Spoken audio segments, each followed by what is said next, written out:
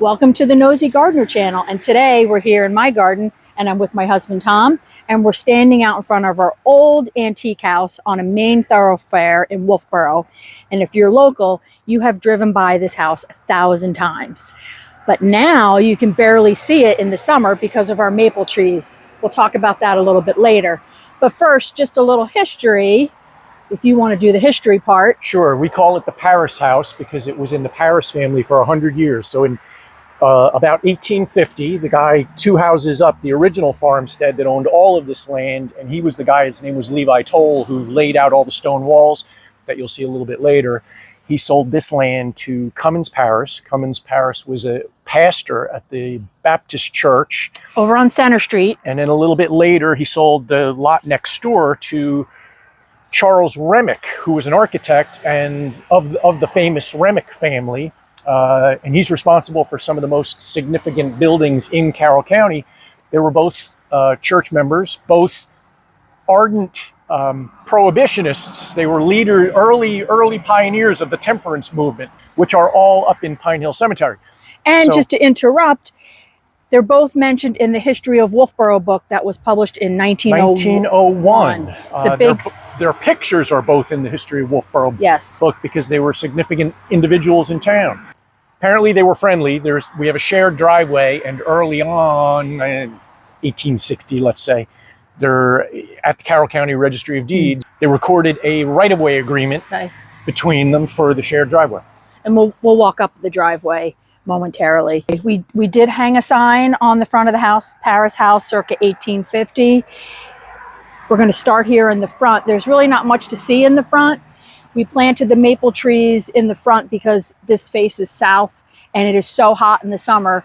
And the maple trees, we planted these, what do we think, about 15, 18 years ago? About that, yeah. So they're finally so tall that the whole front of the house is shaded, which is wonderful in the summertime. And now we're tapping the trees for maple syrup. We tapped them 2 years in a row, and they're great producers of maple syrup, and there's other trees as well. So we're going to start just walking around and give you a tour of kind of the landscape and the gardens. This is the front facade here, which needs a paint job, and that is happening this August.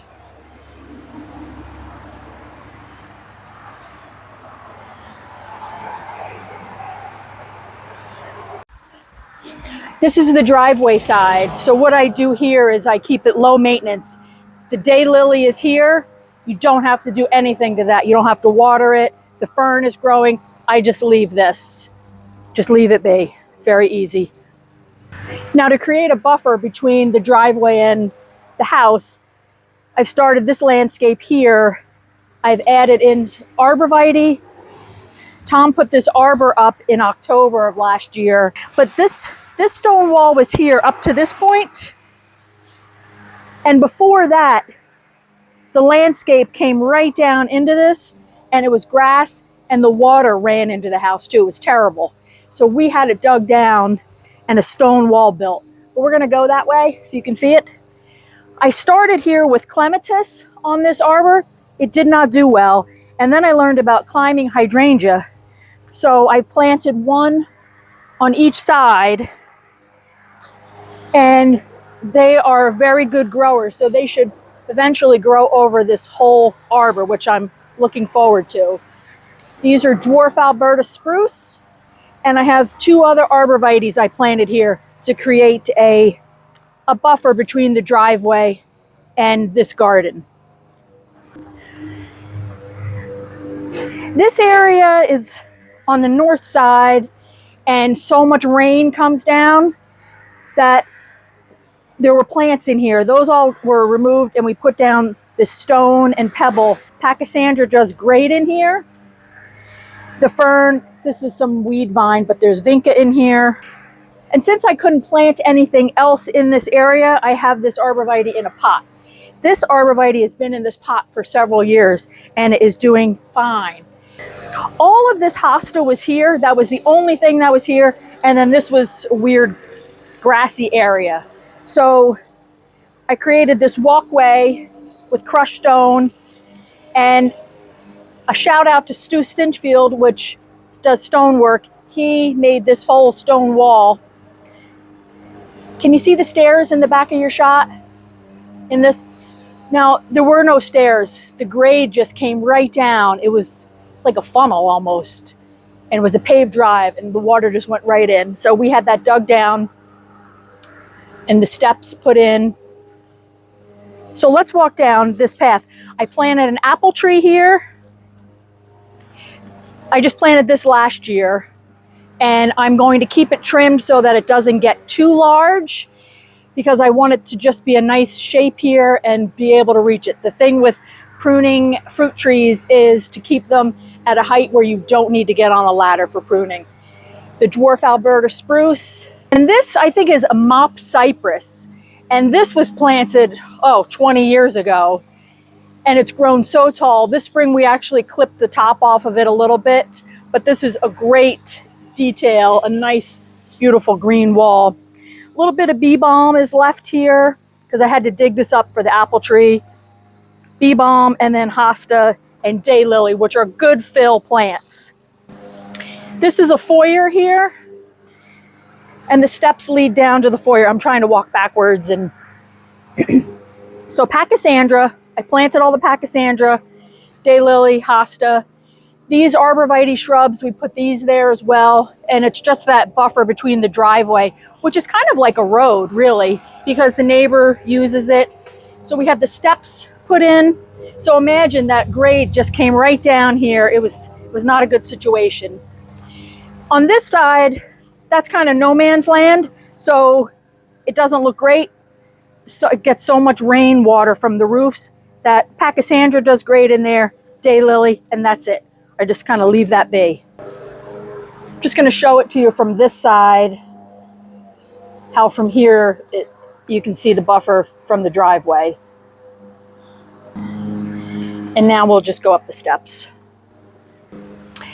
So this was a paved drive, and what was that? It had to be, we've been here 28 years. We moved in 1997. So come on up to this level. This is where the gardening really started. I always had that hosta garden going. I was more of a curb appeal gardener. So that was all that I did. But here, 5 years ago, we decided to focus on this continuing a driveway buffer situation. So we had Community Landscape, which is no longer in business. They did this whole stone wall using stones from the way back, and they brought it down with their equipment. And we had 21 8-foot arborvitae planted, the maple tree planted, the hydrangea, the limelight hydrangeas on each end, and then plants in between. You see the daylily, we had goat's beard, I added black-eyed Susan and sedum, and I'm working on some other green plants, boxwood and things, just for some winter interest. So this is the whole length here of the driveway between the two houses. And the arborvitae is a good backdrop for the flowering garden. There's also peony in there. It starts with daffodils, goes to peony, iris, the Shasta daisy, the black-eyed Susan, goat's beard, the sedum, and then the lily. They all bloom at different times. So it's a very nice mix to always have some good color. Last year I planted this crab apple, and I forgot the name of it, but I bought the shape where it grows more vertical, a column variety instead of a big round one.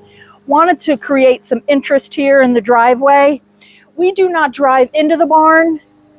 We use that as storage and also a little bit of living space in the summer, kind of like a screen porch. Shout out to Gary Hammer for providing and installing these huge granite slab here, and we have some on the other side. Keep it simple.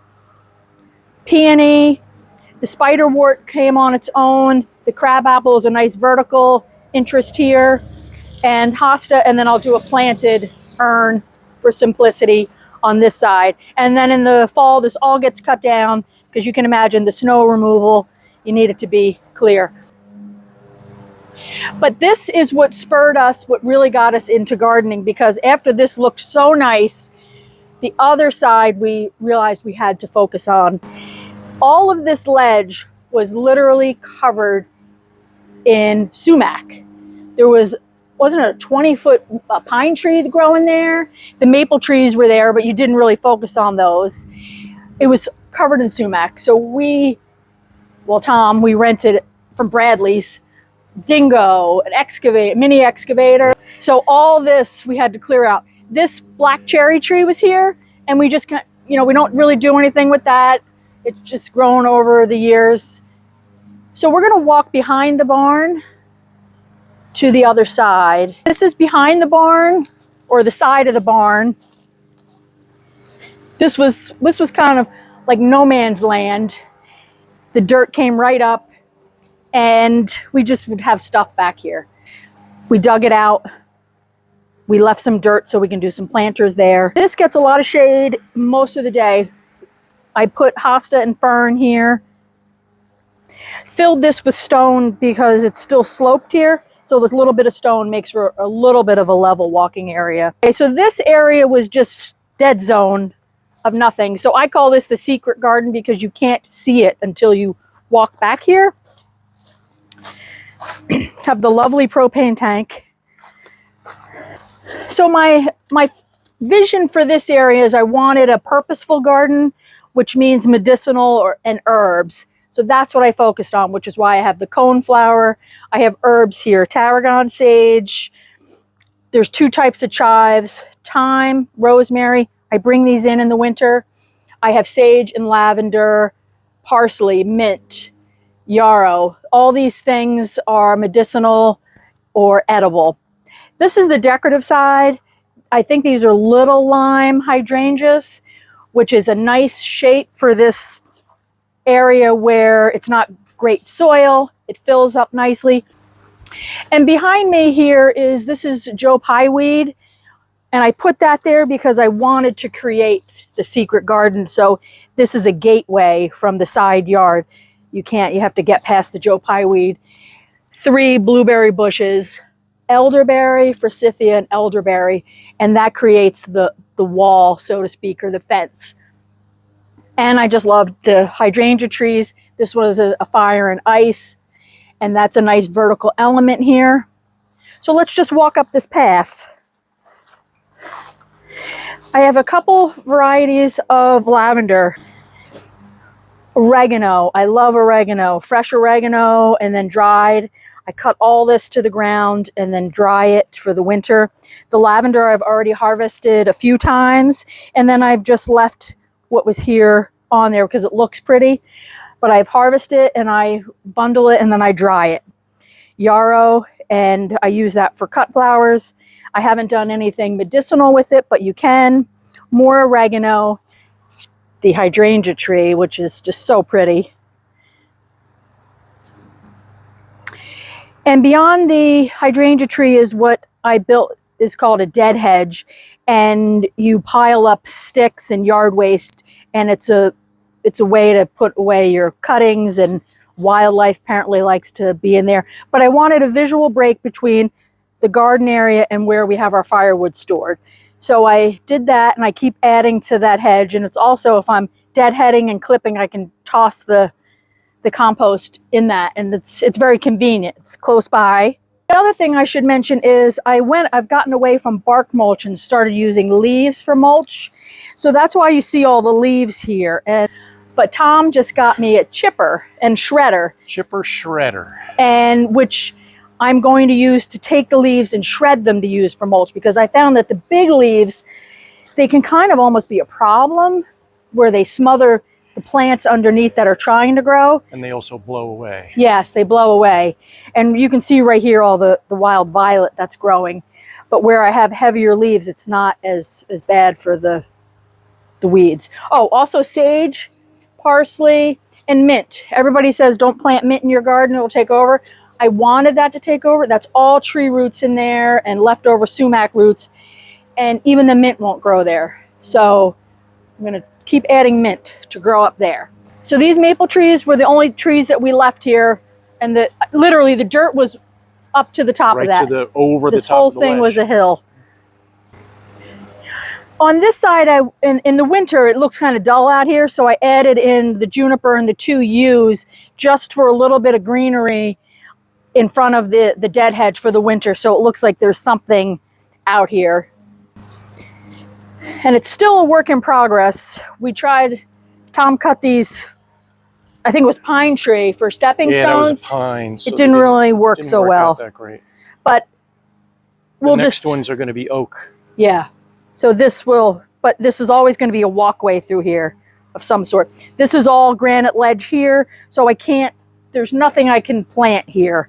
So it's a natural place to have the stepping stones. These are bobo hydrangeas over here, and this gets sunlight up until, I think it's almost 11, just for like another hour, and then this is in the shade for the rest of the day.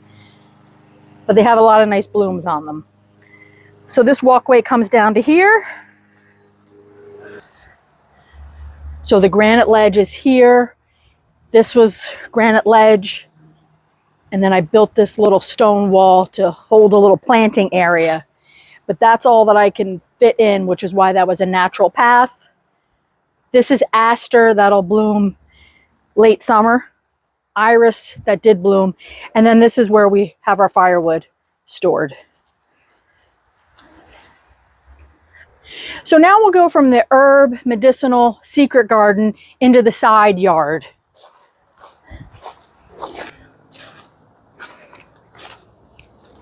And more granite ledge. So come on through and we'll go down to the side. This is the opposite end of the driveway. We call this the side yard. We have an invasion of the Japanese knotweed. And when we were both so busy working full time and life was crazy, this whole thing was Japanese knotweed mixed in with all this lilac, which is ancient lilac. And just to mention, the lilac season was terrible this year. Japanese knotweed, this whole thing, I pulled it all. That was a huge project. It was a massive pile, and you can't just compost it. You have to get rid of it. So then we planted hosta here.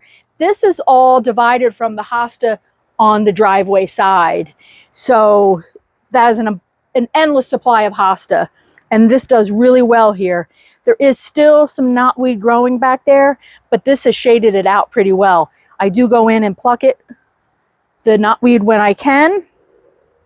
So all of this I put in, more ledge, more granite ledge. So sometimes, depending on where it was, like this giant leaf variety back there, I stuffed it into the woods.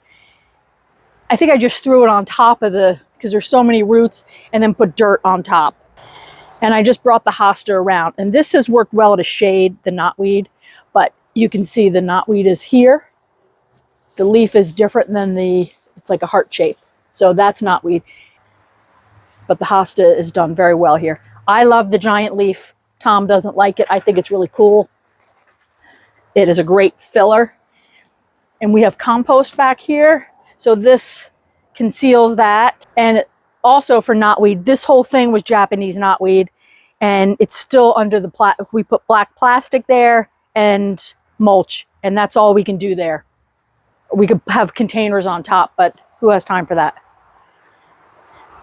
And we're going to go down into the side yard. This is grapevine. This was here. This came with the house. It is so old, and I just keep trimming it back. Tom would like it to be gone permanently. I just kind of keep it trimming and let it grow some grapes, and the birds get the grapes. The daylily is always a good filler. Okay, so this is the side yard, and it gets sun most of the day. This whole thing was also a slope. There was a huge pine tree here, so we had that eliminated. And once again, shout out to Stu Stinchfield, who is still in the industry. We regraded this and we created a level. We're going to look at the stone walls in the front. This whole thing was a hill, went all the way down. It was kind of useless. So the patio, and then Stu built that planter there, which is so difficult to get anything to grow. Gets baked by the sun, so hot with the stone reflecting off it. So I put daylily in there, and that was the end of that. Stu did the brick patio. That had to be I'm thinking it was Long time 2000, ago. so 25 years old. It looks old, but it works great for our use. I have a little planting area here for stuff that can take the heat. I forgot what it's called. Daylily. This lilac is really old and we keep it trimmed. I trim it a lot. We cut off a lot this year. So we just trim it back. I trim up the shoots as needed and it still produces. It's very nice. It's just a little corner of some vertical element here. This daylily garden was here. And as I mentioned before, we were so busy, it kept growing and growing and growing. It was out to here at one point. It was out of control. So I cut that all out, gave it away, the Facebook community group. I planted bee balm in there years and years ago when I had no idea what I was doing. And it was shady, so it never grew. But we had to cut down this pear tree because it had the fire blight. And then the bee balm took off. And that pear tree had that little bit growing out of it. We said, well, let's just cut it and see what it does. We made it a totem pole. The red and the orange look really cool together. The hummingbirds are here every day. It's fun to watch. We sit on the porch and we can watch the hummingbirds. I think this is coral bells right here. I did plant this. This does pretty well. And then daylily. So the fence is up here on top of a stone wall, which will go on the other side. Shout out to Lakes Region Fencing. They did that probably 4 or 5 years ago, and I love it. It's great. They have a gate here and a gate on that end. The maple, so this is the third maple tree. The other two are over here, and we tapped this one as well. They're amazing. The shade is great. Another fire and ice hydrangea tree here. And again, the leaf mulch, which works really well. But this I just love this tree. There also was a pear tree here that had a fire blight, so we had to remove that. Then we put this in 2 years ago, and it fills this void here. That was why we ended the fence there, because the tree was right there. The stump is there. So this fills that space. And then the birds come over here and use the bird bath. This was, you'll see this is the slope of, this is an ancient, well, it's an old rock garden. We call it the abandoned rock garden. And the top of this has been a few variations. We had, I think we had some arborvitae or spruce, something, and that died from the winter. So Tom built this stone embankment here. Then we put the hosta. These I bought, they didn't divide. We planted 2 cherry trees here. I think it was 1998. We had to take one down. It was immediately too big. We had a second one here. It split off and broke. And the shoot grew. And then this one, this cherry tree that had to be 35 feet tall. And we just cut that down this season. And this has replaced it. I am going to stay on top of it and keep it pruned. I have pruned this twice already. We don't want it any taller than this. My brother-in-law, the arborist, he says sometimes when the trees are grafted onto a stock, whatever shoots out of it may not produce fruit, or it may not be what you thought it was. But this is a cherry tree, and there were a couple cherries on it. So I thought that was good news. So it might actually produce fruit. The other tree produced a lot of sour apples, but it was so tall we couldn't even get to them anymore. So I'll spend more time pruning this further. Keep it a nice round shape. And we left this because I thought this might be kind of a cool bird bath too in here. I find the right thing. More granite ledge, so we're always working around that. And that's why this grass is all brown, because this ledge comes right through here and it just gets scorched. This is lilac here. And the lilac is great buffer or a visual vertical piece in the summer, but then all the leaves go away. So I planted this rhododendron thinking that it might fill out the space and give it some winter interest. Our kitchen window is there. I spent a lot of time at the sink looking out. So I wanted something in the winter that was green.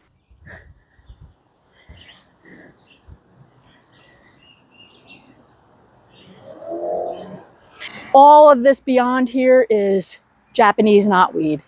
It's great as a summer buffer, but it's terrible.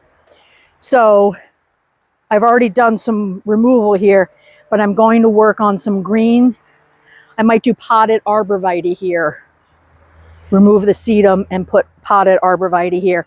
So like I said, the kitchen window is there, just looking this way, because this is a nice feature. It's a vintage gazebo panels, and we do have it lit up with the solar. So at night it looks interesting, but it needs a nice visual ending here.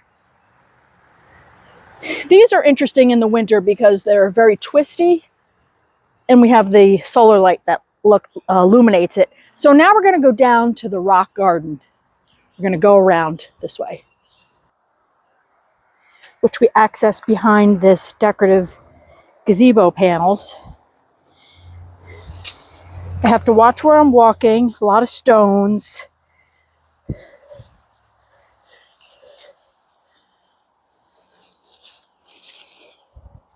I'm sure it was once beautiful. I planted rhododendron. They're hard to see now with the other growth.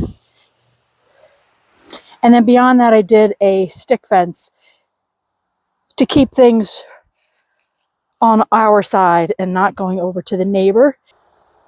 The only thing we do here is I just try to keep it cutting back, and I still have to get at it. Love the maple trees. They'll be big enough to tap soon for maple syrup. I built out 2 areas here to put soil so that I could have these arborvitae here at the top.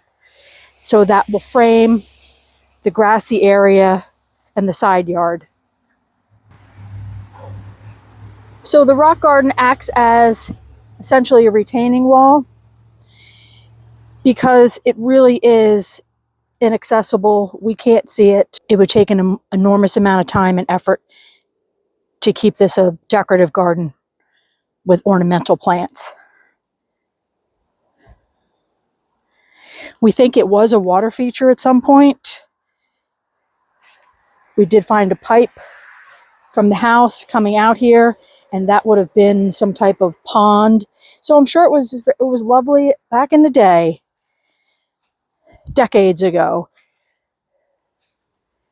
For reference, again, is the side yard, the fence. That's where the pear tree was. More steps leading down. This is the wild area.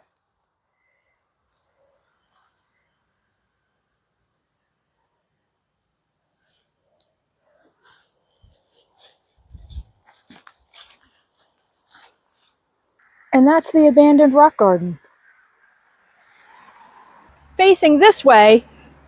It got this way Okay, the hemlocks. because when we bought the house, these hemlock trees were 6 feet high, and somebody had chopped the tops to make a visual barrier for some privacy. That worked great until we neglected to realize that hemlock trees can get to be 100 feet tall. So we've had to have them professionally trimmed, and they're at the point where we've clearly had them taken out. But the minute we cut the hemlocks down is when the maples started growing really fast. A couple things, though, that I want to say is I think we cut down 4 of these hemlock trees.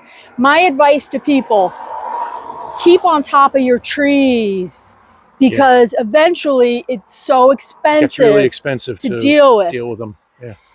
Shout out to Stu Stinchfield because he did all of this on this side. This was all here.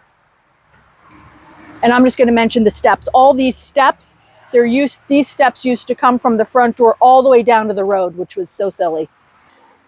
Well, this was all just a slope, and it was really hard to mow. And so we had Stu come over, and coincidentally, Stu lived 2 doors up, which was, I mentioned the Levi Toll Otis Key house that was the original farmstead here. And when I asked Stu, where are we going to get the stone from? He kind of chuckled and said, follow me. And in about 5 minutes, he had his fingers in the old pin marks in the granite in our backyard where they cut all the stones that ended up being our foundation and all the steps, all these step stones. steps were here, and then all the rest of the stone he got from the backyard. And then once that was done, I don't remember what year that was, maybe 20... Mid-2000s, I guess. Yeah. And then we planted the maple trees. And we tap all 3 of these.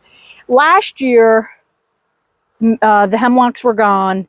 We brought stuff from other areas, more daylilies. This is a stump of a hemlock. So we couldn't dig in that, so we brought dirt down. Daylily is a weed, you really can't kill that. So we just filled this area in. And then when I did all the leaf blowing, I blew all the leaves onto that in the winter so that it really suppressed the weeds. This is Lemon Queen sunflower, which was in the driveway planter originally, but it was too tall. It's very hardy. So I moved that down here. That was iris that did bloom, got a little bit of weeds. This is all the Lemon Queen sunflower. And oh, here's one finally popping. It's just a small yellow sunflower. It looks like Jerusalem artichoke, but it isn't. It's not invasive like the Jerusalem artichoke is. So this doesn't spread and take, this is not invasive. This is a great plant for at the street. It's given us a little bit of a visual buffer. I just finished the edge off with branches or saplings to keep the leaves over there for a rustic finish. And I am going to continue down with some other things when we have energy. But it was hemlock. Oh, that was a hemlock stump there. There was one, and there was like a 40-foot pine tree initially down at the corner. Here's the front that nobody can see this time of year. I love these really long branches. No grass grows up there anymore. It's moss, which I'm totally fine with. You can't mow it anyway. So here's a branch that Tom would like to cut off, but I'm not there yet. Maybe. That one is really long. But let's take a look at it from way over here. This is a hydrangea bush that I leave. It's there. We actually moved it from somewhere, and I've just hacked away at it. And again, it's just anything that can buffer us from the street in the summertime, we like. So here's a couple holes left over from tapping, here and here. And then in the winter, all these leaves are gone and the house is bright and sunny, which is great in the winter. It's not great in the summer. I'll get Belle out.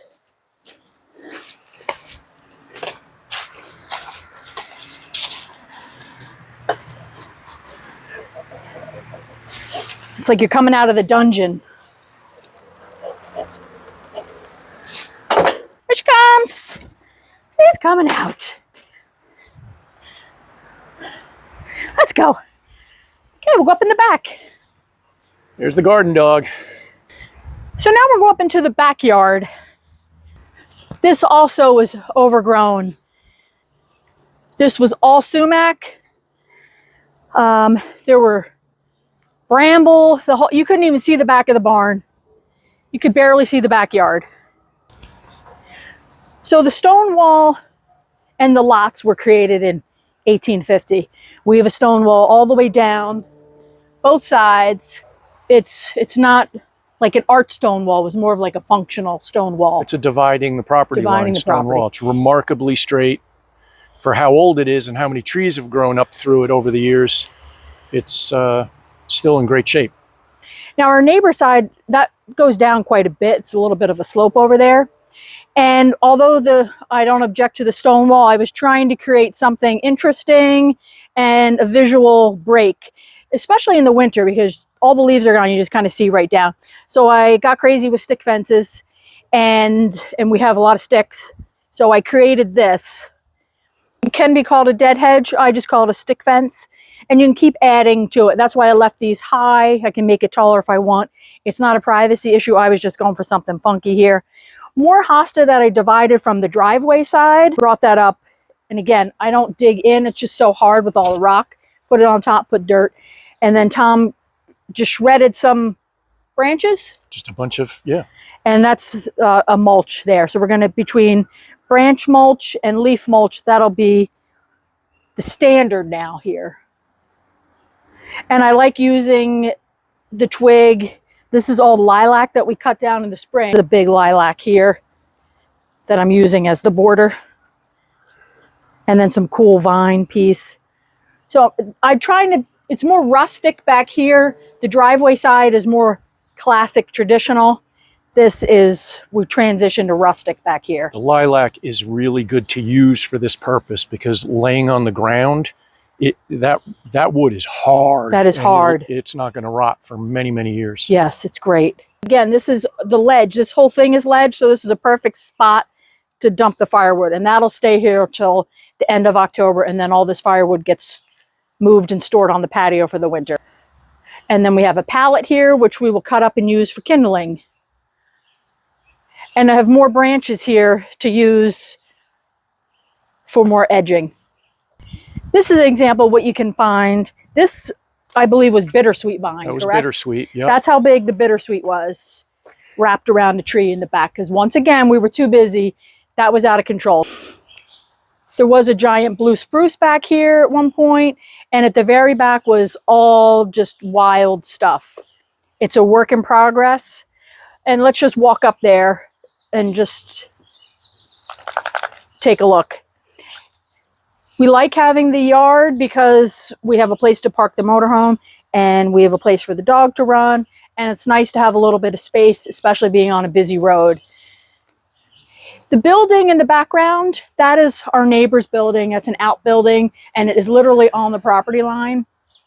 So we dressed it up a little bit with the flag, the window shutters and a window box, and they're totally cool with that. And in front of that is a work in progress. That's going to be a shade garden. We'll walk over there. But essentially, this is just open space.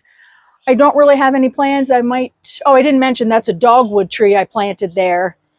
So I might do a couple pockets of things like that along the stone wall here, just so that it's not a linear straight line. Do another pocket. Maybe it's 2 more dogwood, because this is all shade. The dogwood can handle that. It'll get the afternoon sun. A ledge outcropping here with this stick on it so that we don't drive over it. So visually, we have the yard ending here at this planting area. We do have an opening into the woods. We do dump back there. Let's say other yard stuff that's big and bulky. End of the season stuff will go way back there. And that's where we get the stone, comes from back there. We planted more hosta that we got from the driveway again, divided that to make a gateway into the woods. It's a pet cemetery to the right there, but Tom has been clearing that out. Is there anything you want to say in there? I can hold this. Not really, just that we had neglected it a little bit and there were a lot of maple trees growing, way too many. So I cut them all down right to the ground and then turned them into more poles for the nosy gardener to make more dead hedges and stick fences out of. And that's going to be the next pile to be attacked with the chipper shredder. Yeah, because we need mulch everywhere. And then on this side, I do have a dead edge here, and this one is like the wacky dead hedge because it started off as one thing and then grew. All the way to the left is where the garden started. That was more Joe Pye weed. It was also in the driveway planter, but was too tall. And lemon queen sunflower on the end and the decorative grasses. So that's where I started. And then I made it bigger. And I planted stuff, and then the leaf mulch here, it was too much. So it really slowed growth down there. So I've got to work on this. This is a project. And behind that, we just let the wildflowers grow back there. This is more ledge. And this I call the fruit garden. These are 3 apple trees I planted. And this one actually has an apple. I planted these last year. Got 1 apple. 1 little apple here, and I also have Japanese beetle now. It's eating the leaves. I will keep these trees right around this height. I planted strawberry in here, and there's 3 blueberry bushes. I got about 4 pints of blueberries out of just these 2 bushes this year, so I was really pleased with that. This is all on ledge, so I put dirt on top and put the plants in that. Same with the trees, and I've used the leaf mulch here, which has done pretty well keeping the leaves down. This blueberry bush has the net on it because it still has ripe fruit. I did my last picking on these 2 yesterday, so I took the net off. In the middle is clematis, which I moved down from the driveway because it didn't grow, and I did the stick trellis, and it's still not doing great. It flowered for a little bit. I see everybody else with beautiful flowers on theirs, and mine is a dud. That's catnip there, strawberries, blueberry, and then the 3 apple trees. And then more ledge, you can see. Ledge, ledge, ledge. So grass works good for this whole area because it's kind of hard to plant stuff. Although this was a huge overgrown bramble and blackberries. It was out of control, literally. This was out of control too. And we pulled some white pines down from the woods. And now I'm going to be working on a shade garden here. More ledge. Ledge is underneath that building. That's what's holding that building up. This is a horseradish plant that a friend from Virginia gave us. I don't really know what I'm doing with it, but it's still alive. That's a plum tree. It has no fruit, but it's cute. And then the giant arborvitae there, just for a visual ending for the winter. I'm going to harvest the garlic today. And then I do have some blackberry back there, which didn't really do much. This was a very sad year for garlic, but I'm not going to bore you with that. This is blackberry. Last year it had fruit. This year it does not. So this is a very sunny area, so I will probably add some more blackberry and fruit back here. I don't do vegetables. There's so many farmers in the area that I buy from them, and I've tried to do vegetables and failed miserably. So I'm sticking with garlic and fruit. This is the wild garden here. And the back of the dead hedge. And again, I like to have places to dump your deadheading and your clippings. So this whole area is kind of like a work area. And I fill this. You can see these are greens from the Christmas tree. And it looks a little funky right now. It looks more interesting in the off season. More ledge. And then this is more just open space. These are maple trees that we tap. We tap 12 trees in all. I think we do 3 right here, don't we? 1, 2, 3 trees here. Yes, the 3 fat ones. 1 over there. We do a total of 12 altogether. That one. This one here is about 14 inches around. There were 2 back here that were monstrous trees, but the bittersweet took them down. Yes. While we were working hard at other things and not paying close enough attention. This is another area where our dog will jump over. So that's why I've started this stick fence here. She won't go, it's kind of high over here. It was lower here and it was lower on the other side. So I've started a dead edge here, even though it's got weed growing through it. I don't know what this weed is. But if you can see on the other side, that's all bittersweet over there. That used to all be over here too, but we cut ours all down. So I'm going to keep cutting that too. Yes. So I'm going to continue to add, and I'll probably make the stick fence probably about up to here because we have enough stuff for it. So the yard kind of ends here.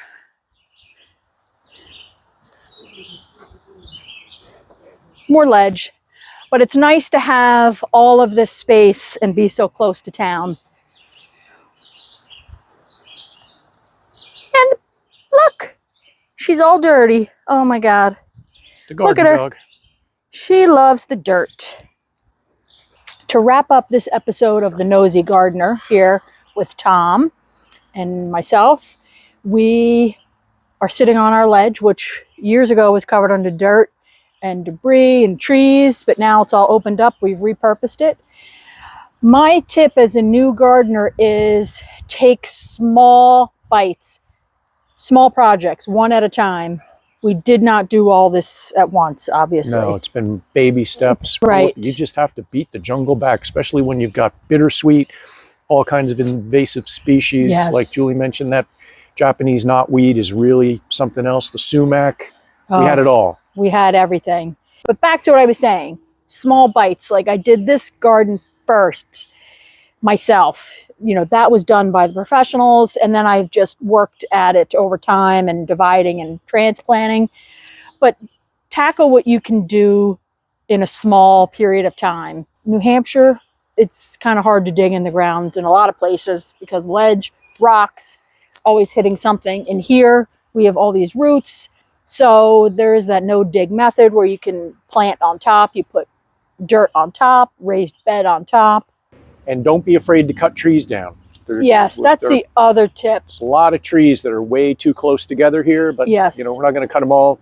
Not going to cut them all down at once, but cut them down before they get to the point where you can't do it yourself and you have to hire somebody, because we've very expensive. Yes, a pole saw is really good investment. Pole saw is a good investment. Power one. Power pole saw. Think about what it's going to look like in the winter. Also. Yes, in the winter. You also have to think about your fall cleanup, because all of this stuff has to be removed, and that is a lot of work. That's what I do with way in the back. I cut all this and I put it in the Kubota and I drive that all the way up in the back and dump it up there. So our other tip is, if you can find a way to afford a Kubota or something like that, do it, because you'll wonder how you lived without it. Yes, and especially for me, Tom he's busy doing other stuff. He doesn't really want to do the yard work, so I can do so much of it myself by having that. I can drag stuff. I didn't mention that our land goes way back. We're on 3 acres here. It's a long, narrow lot, and it's so great having that, because that's where we can get rid of all the debris. The dead hedges I use just for that deadheading and stuff, the smaller things, but the fall cleanup, it all goes in the way back. Thank you for watching the Nosy Gardener channel. Please like and subscribe, add some comments. If you have any tips on how you've maintained your antique property with old trees and old plants, please share it. Or if you have a great way to get rid of Japanese knotweed, or to keep it from overtaking your whole yard, please share that as well. Thanks for watching.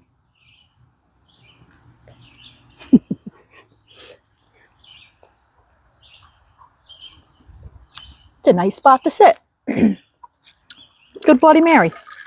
It is very good.